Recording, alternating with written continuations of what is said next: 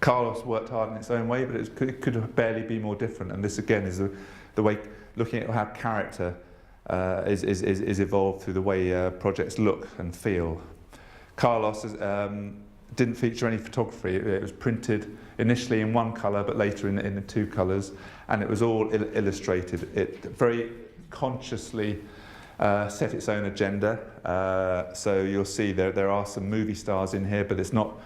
We weren't profiling movie stars because there was a new movie or because that movie was being shown on board. It was because the editorial team felt there was something to be said that wasn't being said about that movie star. So it was very much, a lot of magazines get quite PR and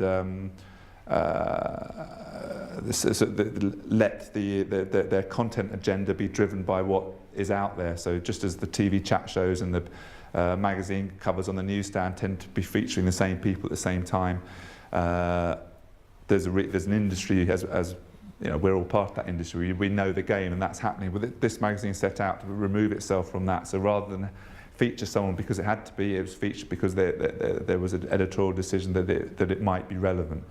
I mean, I would hesitate to put this in the same bracket as the New Yorker, but clearly the New Yorker had an influence on this, as we'll see. But so it's completely illustrated. This is a particularly quite extreme example. But there, I mean, I think that, you know, clearly again it's all about reading long text, long form text, in-depth articles, broken up by illustration. And we use a lot of different types of illustrators. We use some very experienced illustrators. We use some graduate illustrators. We got people like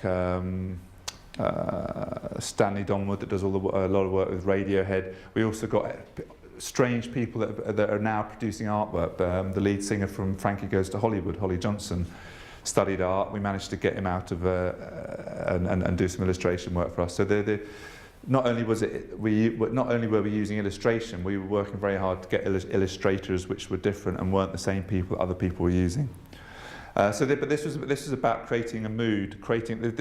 Virgin have a large in-flight entertainment department, and they work on the basis that once you're on the plane, you know which plane you're on. It's just a matter of improving the experience of being on the plane, and this magazine was part of improving the experience. It wasn't part of trying to sell you Virgin. You've already been sold Virgin. You're on Virgin.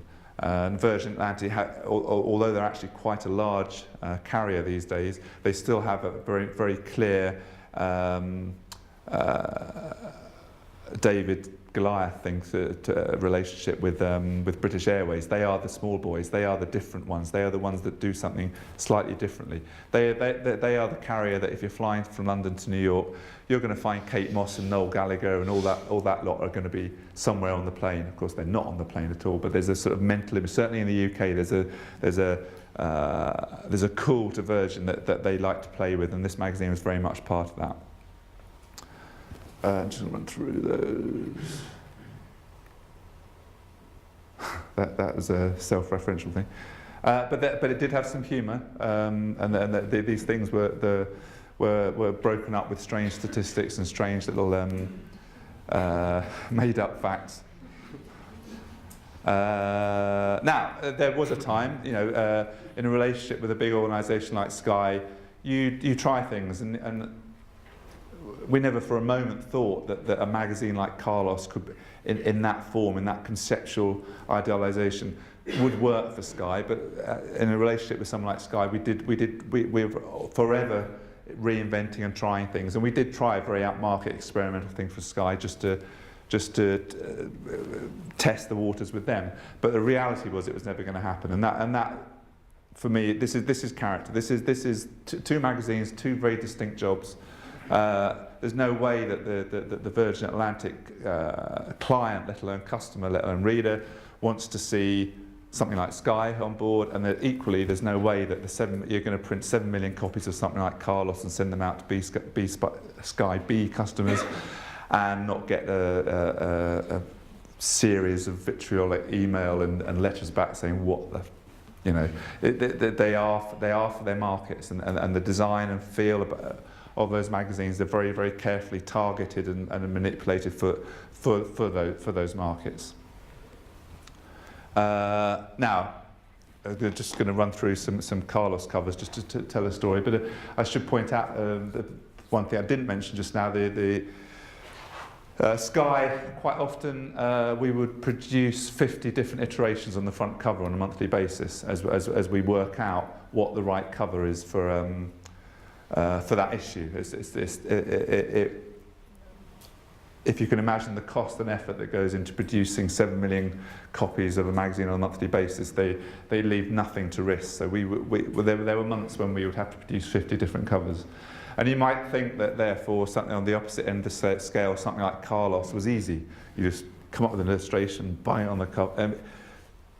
It's not the case either. Even with Carlos, we over time found ourselves having to develop things. There were things that weren't working so well. So whilst the first issue was just an illustration of a girl, the second issue moved on a notch. There was a little bit of text just giving a tease and I never liked that illustration. It's meant to be Kate Moss, and it's just not Kate Moss for me. But anyhow, there's just a little exchange of conversation about Kate Moss that gives you a little more tease, a little more access into it, encourages you into it, rather than just being a flat image.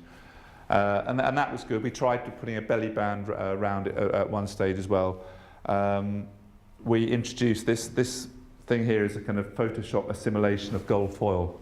So we introduced a bit of gold foil to it because whilst it's a brown rough card cover and the inside paper was creamy coloured, and it was just, there was a feeling that it was just a little too lo-fi for the upper class cabin. So we looked at ways of making it a little more sophisticated, so a little bit of foil block, and in fact by the end of it we'd kind of gone a little further. And we were still using the foil block, but we were running cover lines. So you can see there was still, there's development to happen, and that's something that's very important with any magazine, is that you can't stand still. And I think that's, again, it was very informative and interesting, I think, hearing from Peter about the change that one significant change that happened. Sometimes you have to have revolution, and sometimes the feedback or the information or a pitch, fair enough, it's time for a revolution, but at the same time, that just as on the newsstand, any magazine has to be keeping that movement happening. There has to be evolution, there has to be change. You can't just template it and knock it out. You have to keep on the case.